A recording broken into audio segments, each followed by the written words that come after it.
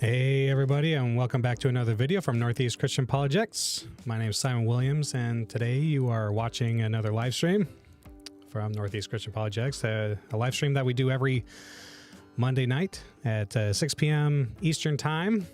I have my glasses on. I should probably take those off. I get a lot of lens glare from my lighting down here, so it makes it more difficult to see the chat, but maybe someday I'll get contact lenses. I used to do them, but they bother my eyes.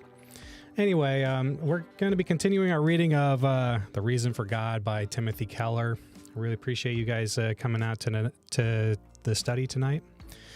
We're up to chapter 7. You can't take the Bible literally. It's going to be interesting going into that. Sasha says, hello from Connecticut. Welcome, Sasha. Welcome. Glad to see that you're coming in. So The Reasons for God, the book that we're studying tonight and reading through tonight. This book is written by Timothy Keller. Yeah. And he has a ministry called Gospel and Life. Timothy Keller passed away last year, but his ministry is still going. You can get his sermons from Gospel and Life. Really, I find Keller's sermons extremely edifying. I've listened to a lot of them in my time. The Reason for God is a great book to have. I hope that you follow along in your own book, highlighting and making it your own. You can get this book from Amazon.com as well as ChristianBooks.com. All right. So I hope everyone's been having a good week. I've had a good week. I had a great weekend. Lots of interesting stuff happening here in America. Hopefully it continues to improve or does improve from here. So the chapter that we're going to be talking about, Can't Take the Bible Literally. I think that we're going to be talking about, it's been a while since I've read The Reason for God. Can't quite remember what the chapter's about, but I suspect that it's going to be about historical reliability, about the Gospels, whether or not we can trust the accounts regarding Jesus's life, ministry, the things that he said, and his character. Right now, I'm reading through a book that's and these videos are being posted every Thursday from a book called The Character of Jesus. If you are a follower of Christ, I highly recommend taking a look at that book. It's very edifying. I've, as a disciple of Christ, we're trying to better conform our character to resemble Christ's character. And a good way to do that is to analyze the attributes of Christ as exhibited by the Gospels, the testimonies provided by those who knew him best. So that book is definitely has helped me, and I hope that it helps you guys as well. Last week we did reach our goal of 100 subscribers, so I really appreciate it. Thank you very much. But if you haven't already subscribed, please go ahead and consider subscribing. It helps out the channel. It helps get this information out to more people. It's I think this is useful information. Apologetics is helpful for building the faith of the citizens of the kingdom of God. I think it is. It's definitely helped my faith. It's helped strengthen my faith. It's helped strengthen my understanding of God. It's helped strengthen my understanding of my relationship to God, how nature is, how reality is, and just the Christian worldview in general. Very helpful, I think. So, and this... When you study apologetics, you gain reasons for why you believe what you believe. And when you are able to provide a well-reasoned justification for your beliefs, that helps make Christianity seem to be a more intellectually viable option out there. So you don't even have to, do any specific evangelism, but if you're able to provide well-reasoned responses to questions, that helps the Christian community. That helps people find Christianity to be an intellectually viable option, like I said, and then become a step closer to becoming reconciled to God. All right, we want to remove barriers to unbelief. But anyway, let's go ahead and jump over to the reading.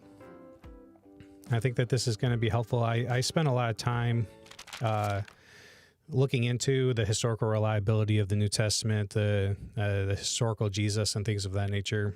And so I'm interested in getting refreshed on what Timothy Keller has to say on this topic. All right, so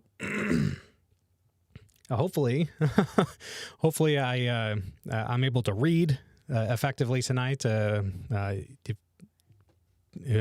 Consider praying for me because sometimes I get stuck in a rut and I'm just not able to speak well or read effectively. But let's go ahead and get started and get through this together. All right, so chapter 7, you can't take the Bible literally. As usual, Dr. Keller starts off with some quotes that are pertinent to the discussion.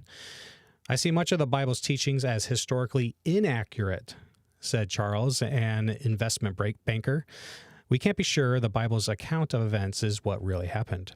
I'm sure you're right, Charles, answered Jacqueline, a woman working in finance. But my biggest problem with the Bible is that it is culturally obsolete. Much of the Bible's social teachings, for example, about women, is socially regressive. So it is impossible to accept the Bible as the complete authority Christians think it is.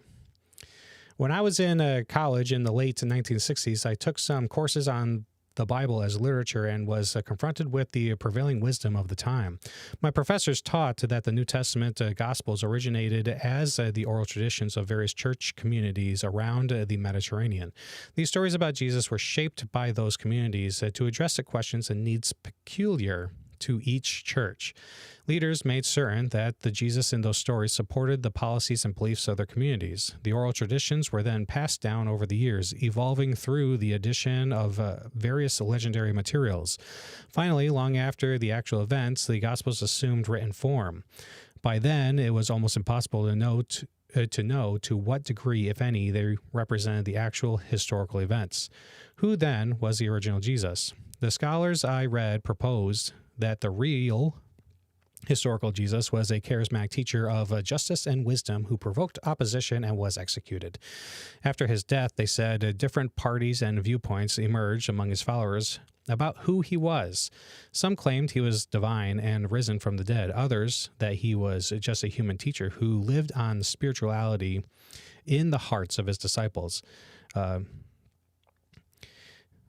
Spiritually in the hearts of his disciples. After a power struggle, the divine Jesus party won and created texts that promoted its views. They allegedly suppressed and destroyed all the alternative texts, showing us a different sort of Jesus.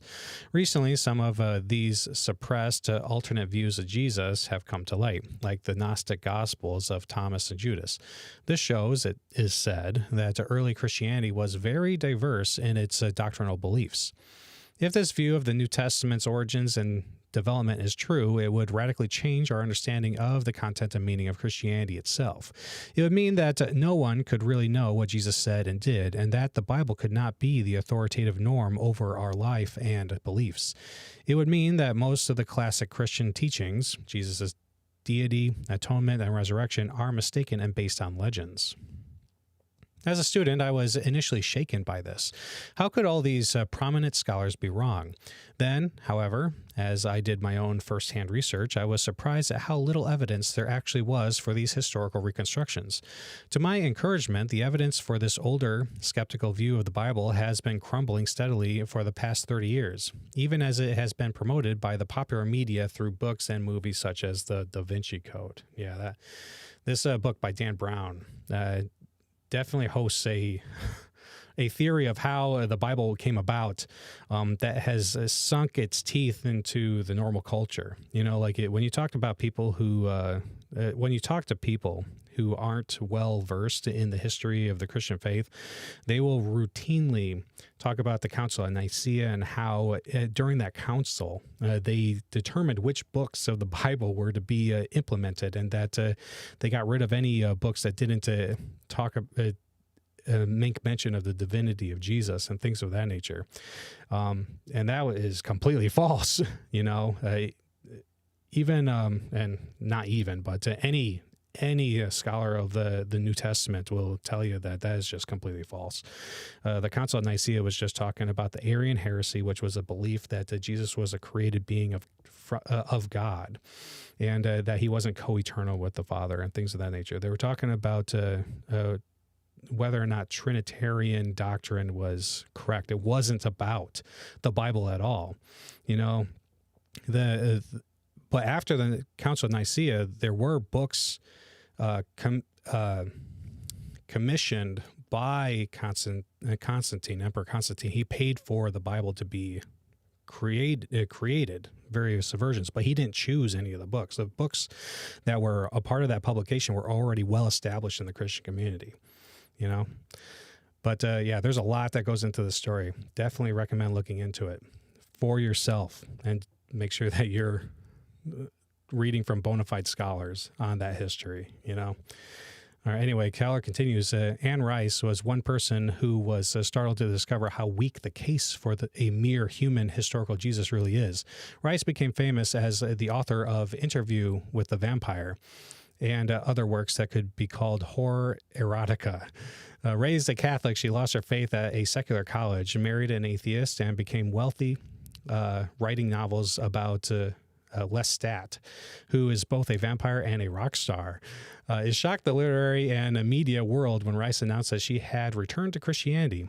Why did she do it? In the afterword of her new novel, Christ the Lord, Out of Egypt, she explained that she had begun doing extensive research about the historical Jesus by reading the work of Jesus scholars at the most respected academic institutions. Their main thesis was that the biblical documents we have aren't historically reliable. She was amazed at how weak their arguments were. Yeah, it is very weak. Some books were no more than assumptions piled on assumptions. Conclusions were reached on the basis of little or no data at all. The whole case for the non-divine Jesus who stumbled into Jerusalem and somehow got crucified. The whole picture, which had floated around the liberal circles I frequented as an atheist for 30 years, that case was not made. Not only was it not made, I discovered in this field some of the worst and most biased scholarship I've ever read. The Christian faith requires belief in the Bible. This is a big stumbling block for many. I meet many New Yorkers for the first time after they have been invited to one of Redeemer's services. The centerpiece of each service is a sermon based on a text of the Bible. The average visitor is surprised or even shocked to find us listening to the Bible so carefully. Most would say that they know there are many great stories and sayings in the Bible, but today you can't take it literally. What they mean is that the Bible is not entirely trustworthy because some parts, maybe many or most parts, are scientifically impossible, historically unreliable, and culturally regressive. We looked at the first of these issues of science and the Bible in the previous chapter. Now we will look at the other two. Can we trust the Bible historically? It is widely believed that the Bible is a historically unreliable collection of legends. A highly publicized forum of scholars, the Jesus Seminar, has, which is now disbanded. It's way out of vogue now. It's probably most people don't even know about them. Has stated that no more than 20% of Jesus' sayings and actions in the Bible can be historically validated. How do we respond to this? It is beyond the range of this book to examine the historical accuracy of each part of the Bible. Instead, we will ask whether we can trust the Gospels, the New Testament accounts of Jesus' life, to be historically reliable. By this, I mean the canonical Gospels, Matthew, Mark, Luke, and John, that the church recognized very early on as authentic and authoritative.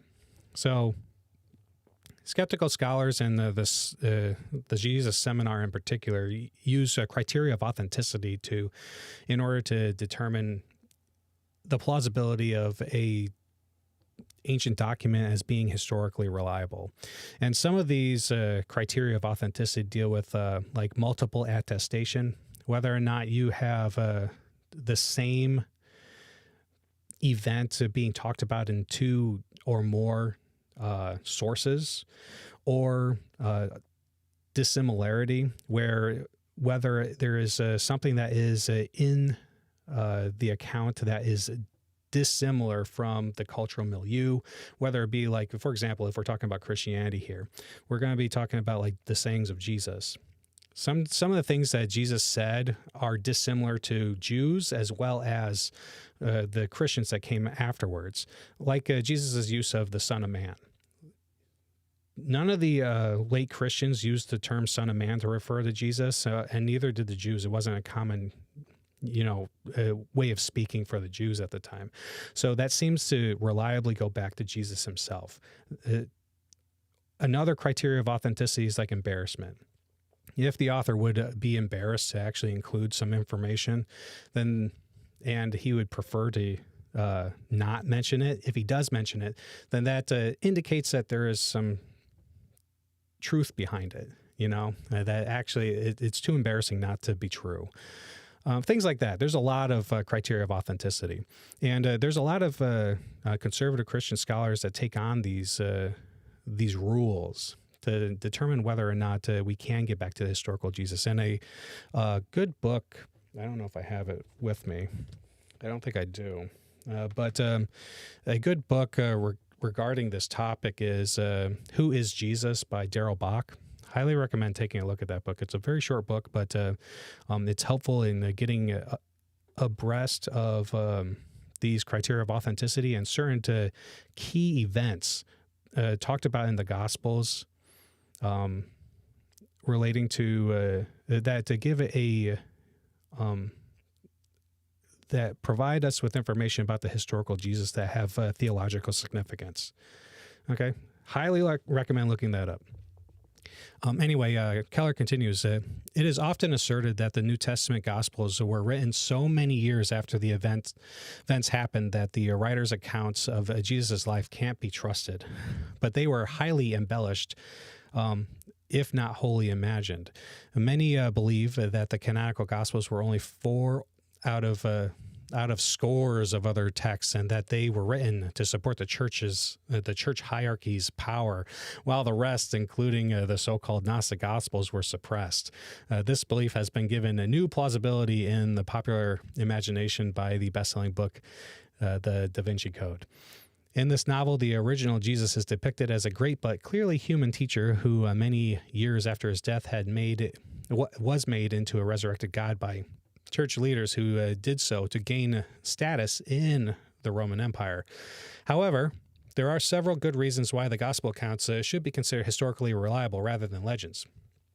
The timing is too early for the Gospels to be legends. The canonical Gospels were written at the very most 40 to 60 years after Jesus' death. Paul's letters, written just 15 to 25 years after the death of Jesus, provide an outline of all the events of Jesus' life found in the Gospels. His miracles, claims, crucifixion, and resurrection. This means that the biblical accounts of Jesus' life were circulating within the lifetime of hundreds who had been present at the events of his ministry. The gospel author Luke claims that he got his account of Jesus' life from eyewitnesses who were still alive. In his landmark book, Jesus and the Eyewitnesses, Richard Bauckham marshals much historical evidence to demonstrate that at the time the Gospels were written, there were still numerous well-known living eyewitnesses to Jesus' teaching and life events. They had committed them to memory, and they remain active in the public life of the churches throughout their lifetimes, serving as ongoing sources and guarantors of the truth of those accounts. Bauckham uses evidence within the Gospels themselves to show that the Gospels writers named their eyewitness sources within the texts to assure writers of their accounts of authenticity. Yeah, there's a lot in the Gospels that indicate reliability, that we're dealing with authors who were of the region, of the time, and that their accounts of various things like geographical accuracies, cultural accuracies, those kinds of things indicate reliability. All right, so Bauckham makes a note of that in his book, but also another great book to check out that deals with this topic is Can We Trust the Gospels? And I know it's backwards for you guys, but yeah, by Peter Williams. That's a great book as well to look into this information on. Lots of great stuff. And when we talk about the historical reliability of documents, Some people will say that even if a document is accurate with regard to a person, place, and things, that doesn't mean that the story itself is accurate. But, like if we are talking about the ancient world and the genre that we're talking about with the Gospels are like ancient historical narrative or ancient biographies, then it is endeavoring to be an accurate telling of an actual event. That these descriptions in the Gospels are meant to correspond to actual events, and the stories may vary in degree of accuracy or precision with regard to these actual historical events, but nevertheless, that's what they're endeavoring to do. And so if they are accurate with regard to person, place, and thing, culture, then that should be points in the positive. But if it's inaccurate, especially if you're going to consider that if they're missing the bar on that it points to their unreliability, then it seems like it's fair to point it in favor of reliability. Got to consider the genre. Got to consider the information. Okay? All right, so Keller continues. Mark, for example, says that the man who helped Jesus carry his cross to Calvary was the father of Alexander and Rufus. There is no reason for the author to include such names unless the readers know or could have access to them. Mark is saying Alexander and Rufus vouch for the truths of what I am telling you, if you want to ask them. Paul also appeals to readers to check with living witnesses if they want to establish the truth of what he is saying about the events of Jesus' life in 1 Corinthians 15:1-6. Paul refers to a body of 500 witnesses who saw the risen Christ at once. You can't write that in a document designed for public reading unless there really were surviving witnesses whose testimony agreed and who could confirm what the author said. All this decisively refutes the idea that the Gospels were anonymous, collective, evolving oral traditions. Instead, they were oral histories taken down from the mouths of the living eyewitnesses who preserved the words and deeds of Jesus in great detail. It is not only Christ's supporters who were still alive. Also still alive were many bystanders, officials, and opponents who had actually heard him teach and see his actions and watched him die. They would have been especially ready to challenge any accounts that were fabricated. For a highly altered, fictionalized account of an event to take hold in the public imagination, it is necessary that the eyewitnesses and their children and grandchildren all be long dead. They must be off the scene so they cannot contradict or debunk the establishments and falsehoods of the story. The Gospels were written far too soon for this to occur. It would have been impossible then for this new faith to spread as it did had Jesus never said or done the things mentioned in the Gospel accounts. Paul could confidently assert that to government officials that the events of Jesus' life were public knowledge. These things were not done in a corner, he said to King Agrippa. The people of Jerusalem had been there. They had been in the crowds that heard and watched Jesus. The New Testament documents could not say Jesus was crucified when thousands of people were still alive who knew whether he was or not. If there had not been appearances after his death, if there had not been an empty tomb, if he had not made those claims, and these public documents, claim they happened, Christianity would never have gotten off the ground. The hearers would have simply laughed at the accounts. Yeah, that's one of the most interesting things about Christianity. Christianity sprung up out of the very place in which its founder was crucified, claiming that he was risen from the dead. Within a very short time after the crucifixion. Jesus was. There's a lot that goes into this, but there is good evidence. There's very good evidence to be justified in believing that Jesus died of Roman crucifixion in Jerusalem, that he was buried in a known tomb with a location, where the location was known by a person named Joseph of Arimathea, and that the tomb was found empty by a group of Jesus' female followers 3 days later in the morning, and that the apostles, the disciples of Jesus, came to genuinely believe that Christ had risen from the dead and that they had experienced appearances from him. Okay, so this is this is what we're talking about here. Okay, all right. So and if this religion had come out of Jerusalem, where we already knew where the empty tomb was, then the officials would just say, hey, you say that he rose from the dead, but we know where his tomb is and his body is still there. But his body's not there. And that's why it's commonly said, even in the Mishnah, that the disciples stole the body of Jesus. Okay? But there's a lot that goes into this. Very interesting conversation.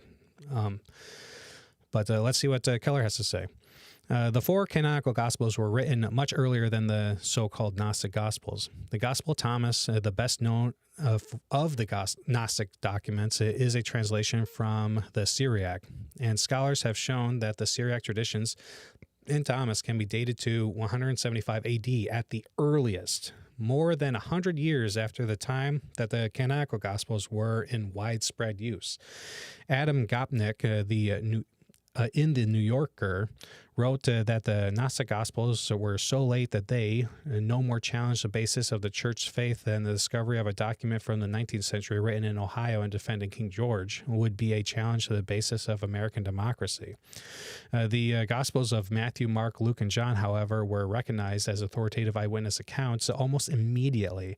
And so we have Irenaeus of Lyons in 160 AD declaring that there were four and only four Gospels. The widespread idea promoted by the Da Vinci Code that the Emperor Constantine determined the New Testament canon, casting aside the earlier and supposedly more authentic Gnostic Gospels, simply is not true. Yeah. The Gospels, as far as the debates, the early church regarding the New Testament canon is concerned, the Gospels were never in dispute. There was never any question whether the four Gospels could be a part or should be a part of the canon of the New Testament. There were questions with regard to like the Book of Hebrews, Revelation, 2nd and 3rd John, 2nd Peter, these kinds of books. There was some debate about whether or not they should be part of the canon.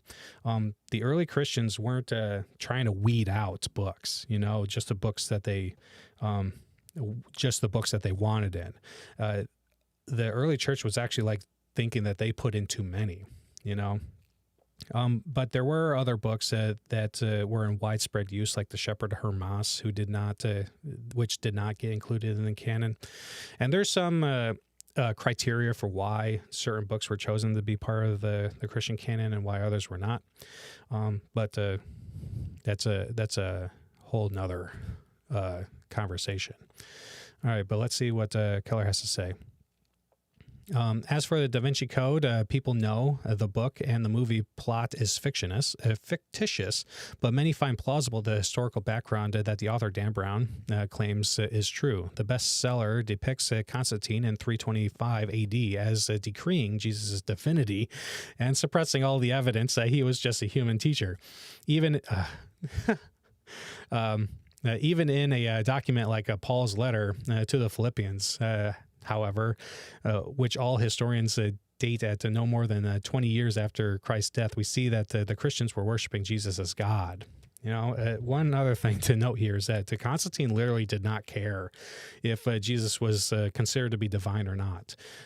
His main concern was that, Christianity has gotten a huge foothold. It's a major religion in my empire. He was concerned about division.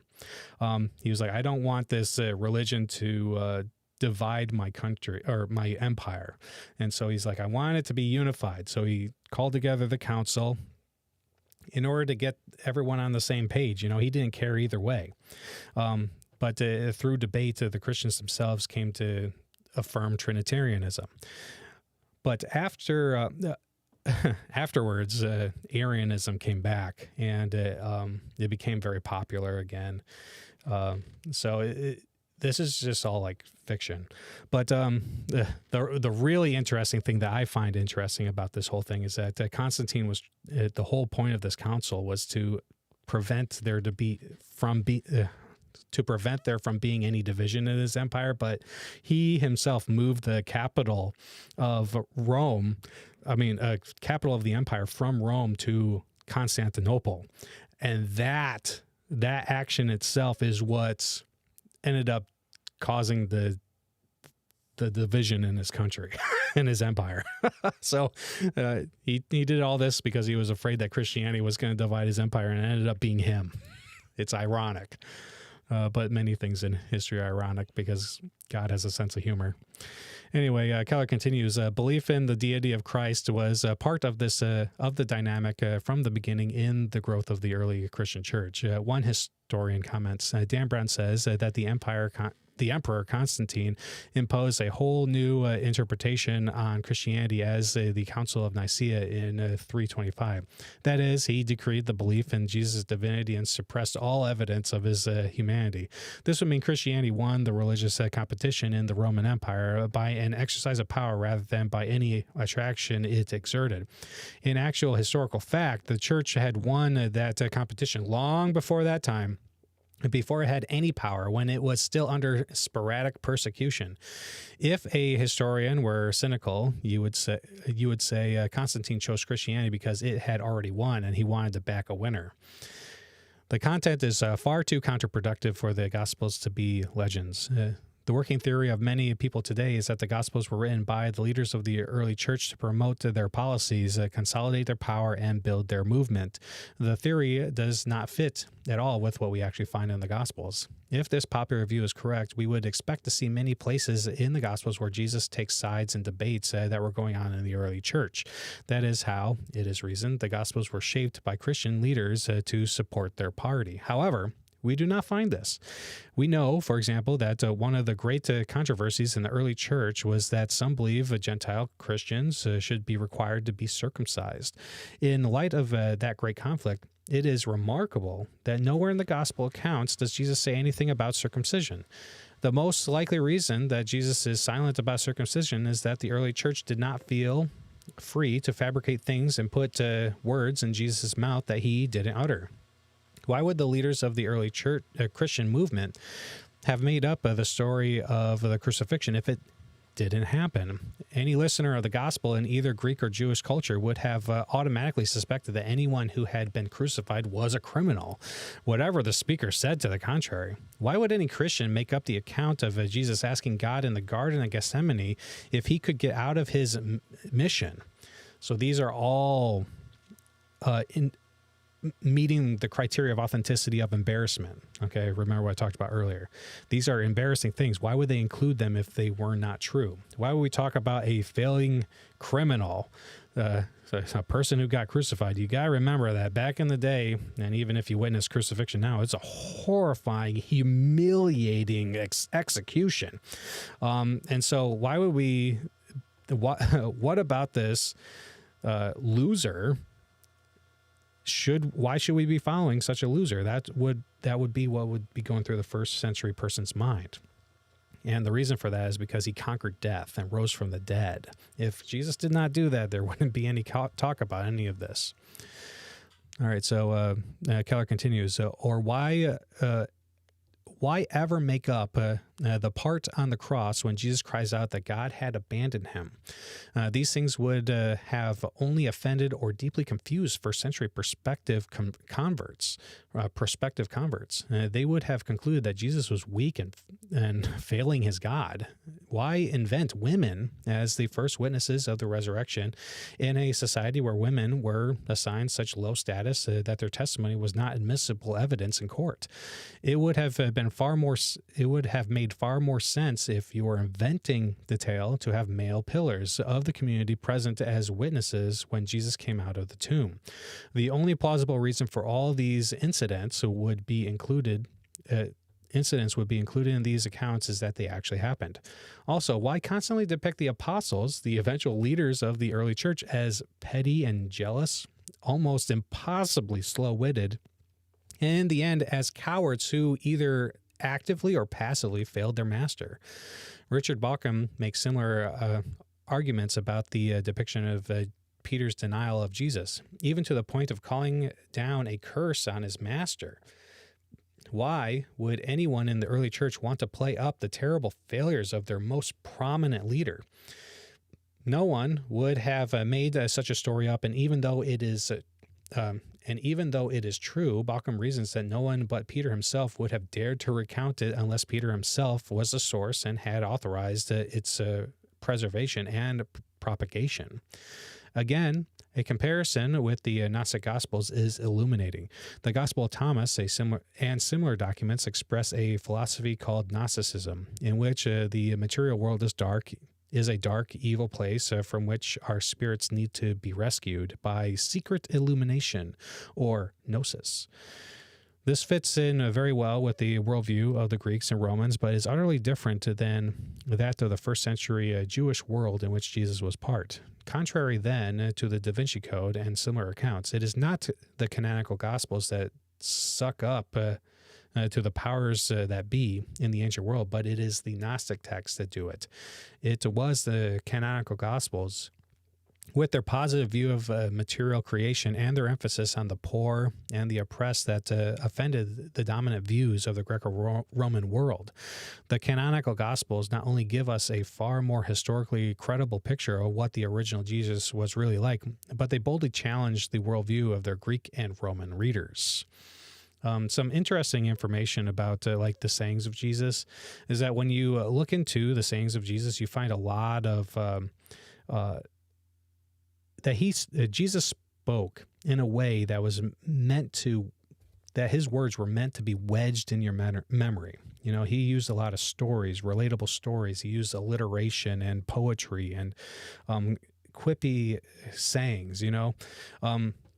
So even though his sayings and his parables are very difficult to understand, that's the point.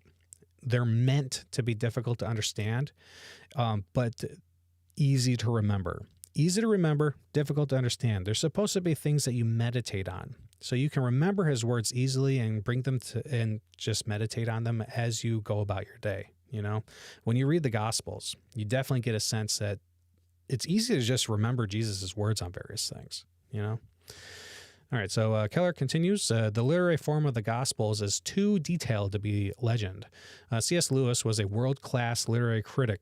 When reading the Gospels, he noted, "I have been reading poems, romances, vision, literature, legends, and myths all my life. I know what they are like. I know none of them are like this." Of this gospel text, there are only two possible views. Either this is reportage, or else some unknown ancient writer, without known predecessors or successors, suddenly anticipated the whole technique of modern novelistic realistic narrative. Lewis meant that ancient fiction was nothing like modern fiction. Modern fiction is realistic. It contains details and dialogue and reads like an eyewitness account. This genre of fiction, however, only developed within the last 300 years. In ancient times, romances, epics, and legends were high and remote. Details were spare and only included if they promoted the character development or drove the plot. That is why if you are reading a Beowulf or the Iliad, you don't see characters noticing the rain or falling asleep with a sigh. In modern novels, details are added to create an aura of realism, but that was never the case in ancient fiction. The gospel accounts were not fiction. In Mark 4, we are told that Jesus was asleep on a cushion in the stern of a boat. In John 21, we are told that Peter was 100 yards out in the water when he saw Jesus on the beach.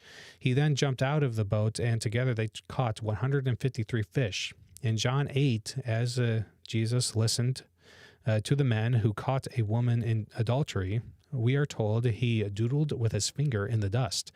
We are never told what he was writing or why he did it. None of these details are relevant to the plot or character development at all. If you or I were making up an exciting story about Jesus, we would include such remarks just to fill out the story's air of realism. But that kind of fictional writing was unknown in the first century. The only explanation for why an ancient writer would mention the cushion, the 153 fish, and the doodling in the dust is because the details have been retained in the eyewitness's memory. Richard Bauckham has compiled a great deal of research by psychologists on the marks of recollective memory. He looks at the marks of eyewitness accounts of events and how they differ from speculative or fictional accounts, or of composite historical reconstructions. Collective memory is selective. It fixes on unique and consequential events. It retains irrelevant detail, as Lewis observes. It takes the limited vantage point of a participant rather than that of an omniscient narrator, and it shows signs of frequent rehearsal. Bauckham then shows these same marks in the gospel narratives. Vivid and important events can stay with you for decades if frequently rehearsed and or retold. Factor in the fact that disciples in the ancient world were expected to memorize Master's teachings, and that many of Jesus' statements were presented in a form that was actually designed for memorization. And you have every reason to trust the accounts. Remember, these when we talk about Jesus' disciples, that's what they were. They were disciples. They were in that culture. A disciple was to learn from their master, and Jesus was the master, to memorize his sayings, to understand who he was and his character, and to become like him. And then the disciples were to go out and create more disciples. That's what Christians are meant to do. We're supposed to meditate on the words of Jesus, get to know the words of Jesus, and then go out and talk about him, and teach other Christians to be like Jesus. And so, this is how oftentimes people talk about the oral tradition of the first century as the telephone game. And what a terrible analogy. The oral tradition of the first century is much more like karate or kung fu. How a master has many disciples, and he teaches them of the ancient art that has been passed down to him, that he himself has mastered. All right. It's not like the telephone game. All right.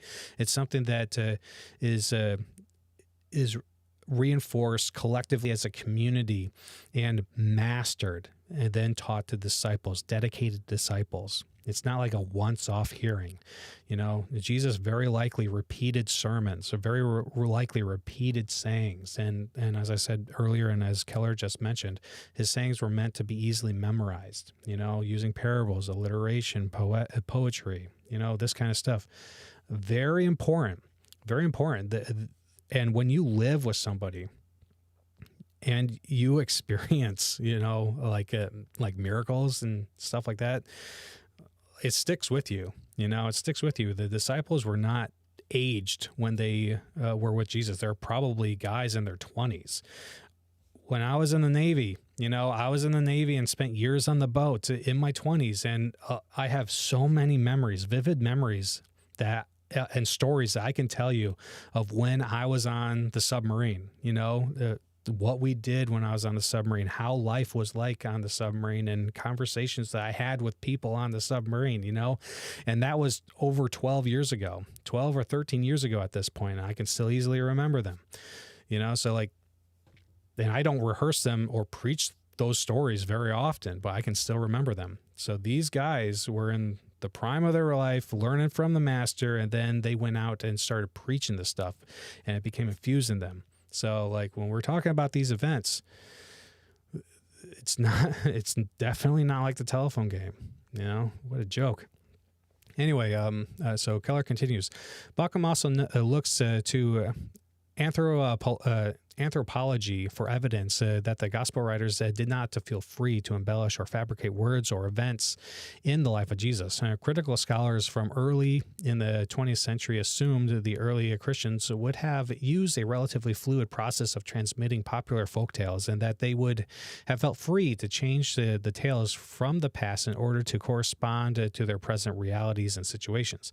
Bauckham, however, cites Jan Vansina's study of oral traditions in primitive African cultures, in which fictional legends and historical accounts are clearly distinguished from each other, and much greater care is taken to preserve historical accounts accurately. This finding undermines 100 years of critical gospel scholarship. Gospels scholarships or scholars from the form critics onward believe that early Christians. All right, real quick. I'm sorry. This word form critics. This is just a talking about a sect of criticism, the New Testament criticism. Then there's various types of criticism, and this is form criticism, where it's talking about trying to get at the original form of the Gospels, how they were actually finally formed, while like source criticism deals with the actual sources for the Gospels themselves. And there's a lot of different kinds of criticism, but this is just one type of it. Anyway, so gospel scholars from the form critics onward believed that early Christians in the transmission of Jesus traditions would not have made any distinction between the pastime of the history of Jesus and their own present, because oral societies do not make such distinctions. This is untrue. As I write today, there seems to be a flood of what David Van Biema of Time magazine calls a biblical revisionism, following the footsteps of Dan Brown and the Da Vinci Code. He refers to the recent claim that Jesus' tomb has been found and that he married Mary Magdalene and had children. Other scholars have published books claiming similar new insights from the Gnostic Gospels. More seem sure to come. Van Biema quotes Publishers Weekly senior religion editor Lynn Garrett, who speaks of what she calls the Da Vinci Code effect. Speculative histories were out there before Dan Brown wrote, says Garrett, but they didn't make the bestsellers list, and their authors didn't go on The Daily Show. All these revisionist histories completely ignore the growing body of careful scholarship that shows that there were a very large number of eyewitnesses to Jesus' life who lived on for years. As British scholar Vincent Taylor famously remarked, if the skeptics about the Bible are right, the disciples must have been translated into heaven immediately after the resurrection. That is the only way that legendary elements could have come into the story of Jesus by the time the Gospels were written. But that did not happen. So ironically, as the popular media is promoting accounts of Jesus' life based on the highly skeptical biblical scholarship that arose a century ago, the actual foundations of that scholarship are eroding fast. We can't trust the Bible culturally. When I first came to New York City almost 20 years ago, the main problem people had with the Bible was in the areas just discussed, science and history. Today, things have shifted somewhat. I find more people now especially upset about what they call the outmoded and regressive teaching of the Bible. It seems to support slavery and the subjugation of women. These positions appear so outrageous to contemporary people that they have trouble accepting any other parts of the Bible's message. In the early days of Redeemer, I spent a lot of time with people who are reading the Bible for the first time. As a result, I was constantly responding to people who were choking on some particularly indigestible verse. I remember one black-clad young artist who came up to me after a service, and he had just discovered the verse, "Slaves, obey your masters," Ephesians 6:5, and was almost apoplectic. Here's how I advised him and other people on how to deal with a scripture text that appeared objectionable or offensive to them. Many people simply run viscerally from any consideration of the Bible once they find such a biblical passage. I counsel them instead to slow down and try out several different perspectives on the issue that trouble them. That way, they can continue to read, learn, and profit from the Bible even as they continue to wrestle with some of its concepts. One possibility I urge them to consider is that the passage that bothers them might not teach what it appears to them to be teaching. Many of the texts people find offensive can be cleared up with a decent commentary that puts the issue into historical context. So important. Remember, context is key. It's not enough to just read the Bible in the context of a chapter. You have to understand the context of the letter, why it was being written, when it was being written, who it was being written to, and the cultural context, the historical context. These things really help you understand the Bible. It unlocks a lot of information. So important. So important. So Keller continues, take the text, slaves obey your masters. The average reader today immediately and understandably thinks of the African slave trade of the 18th and 19th centuries, or of the human trafficking and sexual slavery practiced in many places today. We then interpret the text to teach that such slavery is permissible, even desirable. This is a classic case of ignoring the cultural and historical distance between us and the writer and the readers of the original text. In the first century Roman Empire, when the New Testament was written, there was not a great difference between slaves and the average free person. Slaves were not distinguishable from others by race, speech, or clothing. They looked and lived like most everyone else. They were not segregated from the rest of society in any way. From a financial standpoint, slaves made the same wages as free laborers, and therefore were not usually poor. Also, slaves could accrue enough personal capital to buy themselves out. Most important of all, very few slaves were slaves for life. Most could reasonably hope to be manumitted within 10 or 15 years, or by their late 30s at the latest. By contrast, New World slavery was much more systematically and homogeneously brutal.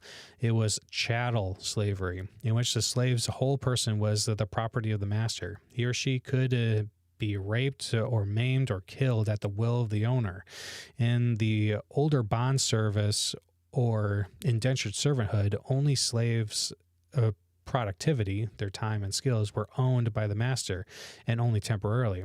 African slavery, however, was race-based, and its default mode was slavery for life.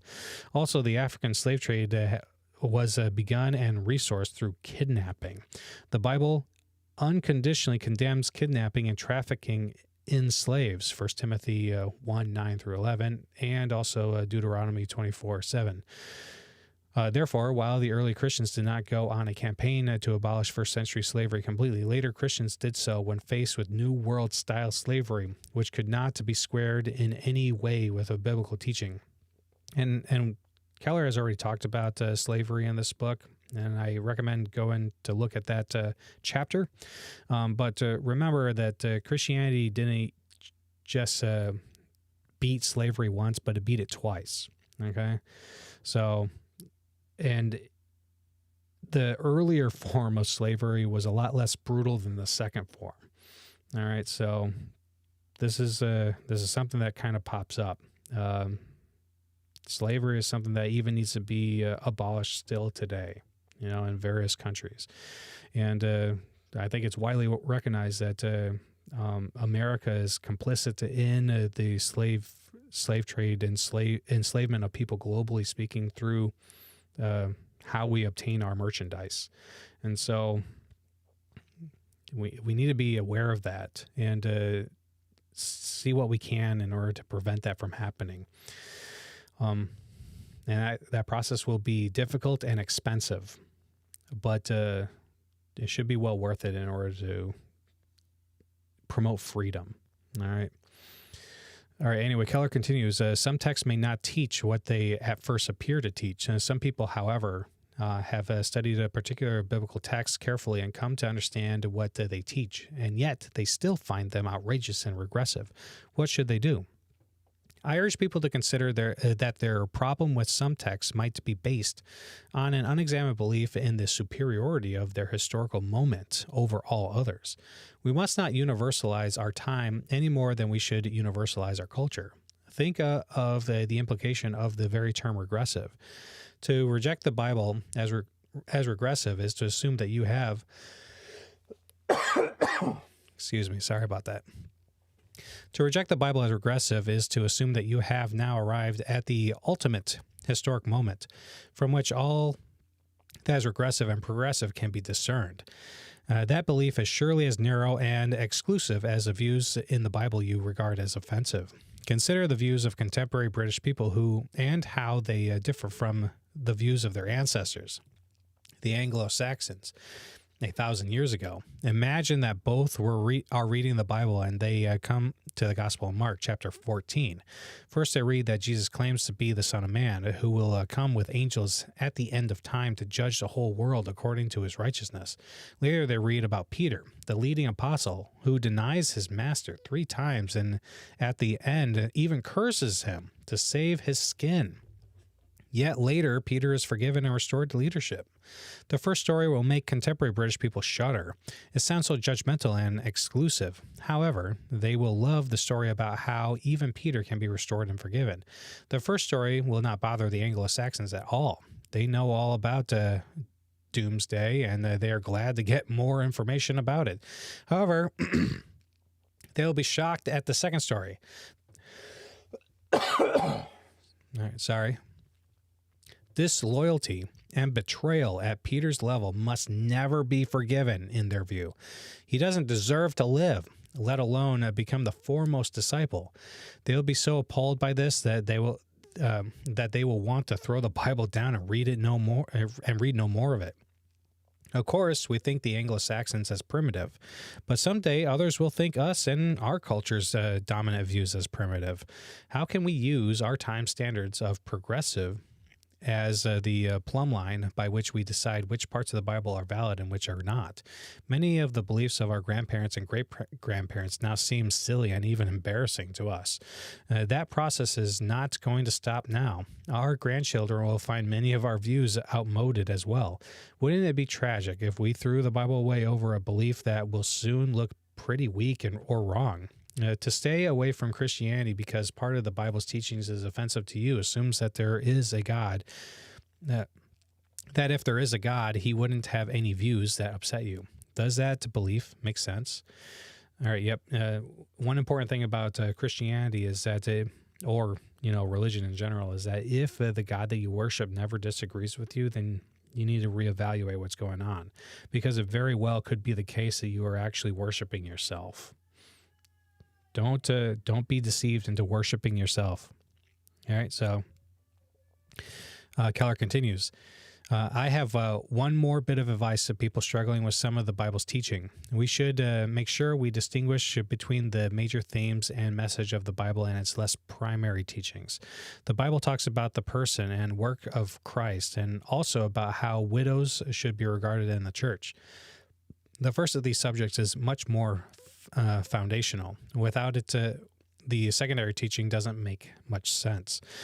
We should therefore consider the Bible's teaching in their proper order. Let's take a hot issue today as a good example. If you say, I can't accept what the Bible says about gender roles, you must keep in mind that Christians themselves differ over what some texts mean, as they do about many, many other things. Isn't that the truth? Many things. However, they all confess in the words of the Apostles' Creed that Jesus rose from the dead on the third day. Don't worry about gender roles until you figure out what you think about the central teachings of the faith. You may appeal, but I can't accept the Bible if what it says about gender is outmoded. I will respond to that with this question. Are you saying that because you don't like what the Bible says about sex that Jesus couldn't have been raised from the dead? I'm sure you wouldn't insist on such a non sequitur. If Jesus is the Son of God, then we have to take his teaching seriously, including his confidence in the authority of the whole Bible. If he is not who he says he is, why should we care what the Bible says about anything else? Think of it like this. If you dive into the shallow end of the biblical pool, where there are many controversies over interpretation, you may get scraped up. But if you dive into the center of the biblical pool, where there is consensus about the deity of Christ, his death and resurrection, you will be safe. It is therefore important to consider the Bible's core claims about who Jesus is and whether he rose from the dead before you reject it for its less central and more controversial teachings. All right? Yeah. Very important. Very important to consider. We have to remember that, like I was saying about God disagreeing with you on things. If God is omniscient and he's perfectly wise and perfectly good, then if he's omniscient, then he knows everything there is to know about all the states of affairs regarding this world. If he is perfectly good, then he always has morally sufficient justification for his actions. His actions conform with properly ordered love always. All right. So you can trust his actions. And if he's perfectly wise, then he knows the best way to apply that knowledge that he has. All right. So if you disagree with such a being, then it's really something that you should just take note of. All right, I acknowledge that my opinion differs from God, and that difference just means that I'm wrong on this topic. You always need to be aligning yourself with the omniscient, perfectly wise, and perfectly good being. All right. So, take that into consideration. All right. So Keller continues, a trustworthy Bible or a Stepford God. If we let our unexamined beliefs undermine our confidence in the Bible, the cost may be greater than we think. If you don't trust the Bible enough to let it challenge or correct your thinking, how could you ever be or have a personal relationship with God? In any truly personal relationship, the other person has to be able to contradict you. For example, if a wife is not allowed to contradict her husband, they won't have an intimate relationship. Remember, the two movies, the Stepford Wives, the husbands of Stepford, Connecticut, to decide to have their wives turned into robots who never crossed the wills of their husbands. A Stepford wife was wonderfully compliant and beautiful, but no one would describe such a marriage as intimate or personal. Now, what happens if you eliminate anything from the Bible that offends your sensibility and crosses your will? If you pick and choose what you want to believe and reject the rest, how will you ever have a God who can contradict you? You won't. You'll have a Stepford God, a God essentially of your own making, and not a God with whom you can have a relationship and genuine interaction. Only if your God can say things that outrage you and make you struggle, as in a real friendship or marriage, will you know that you have gotten hold of a real God and not a figment of your imagination. So an authoritative Bible is not the enemy of a personal relationship with God. It is a precondition for it. And with that, we've reached the end of the chapter, and we've reached the end of part 1 of the book. So I think that deserves a celebration. Woohoo! We made it, guys. We made it to the end of the book. Now, oh yeah, and you know what? Since we reached the end of the part 1, whoa! We got there. I think that we deserve a celebration. I think that we deserve the whoa. We've reached an intermission. Now, I've been debating on whether or not I'm going to read the intermission. I am leaning towards reading it because I do think, if I remember correctly, there is some good information in it. But if you guys think that we should skip it and move on to the next chapter, let me know in the comments or let me know in the chat. But yeah. Really good stuff tonight. Oh man, I always forget to turn that off. Subscribe. Don't forget to do that. I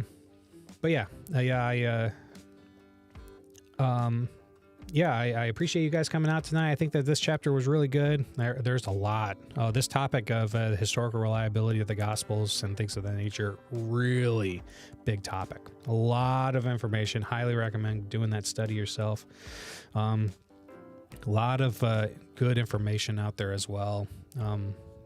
Highly encourage you guys to do that. As well as there are things in the Bible that are culturally difficult to stomach, and just keep in mind that the culture that we're living in today is not a perfect culture. I think many people here would agree. We still got a long way to go. And I think that a lot of things that are termed progress aren't really progress, when from a Christian point of view, progress is best understood by increasing the number or the population of people who are endeavoring to conform their character to resemble Christ's. Okay, that's what progress looks like. The Bible is a great source of information about Jesus. It's a great source of information about how a Christian is supposed to live. Paul gives a lot of good information about that kind of stuff. And there is room for conversation and debate about what is meant in there. But like I've said in previous videos, Christianity is well positioned to discover the truth because of the number of adherents to Christianity and how culturally diverse Christianity actually is, so that we can have a very interesting internal conversation, because there are so many different perspectives in order to look at the different topics. All right, so if you are a Christian, then I encourage you to engage in study of various peripheral topics of Christianity, become an expert on it, and have conversations, always keeping focused on who Jesus is and what he means to us as the King. All right, but I'm excited about next week. Remember, Monday night, 6 p.m.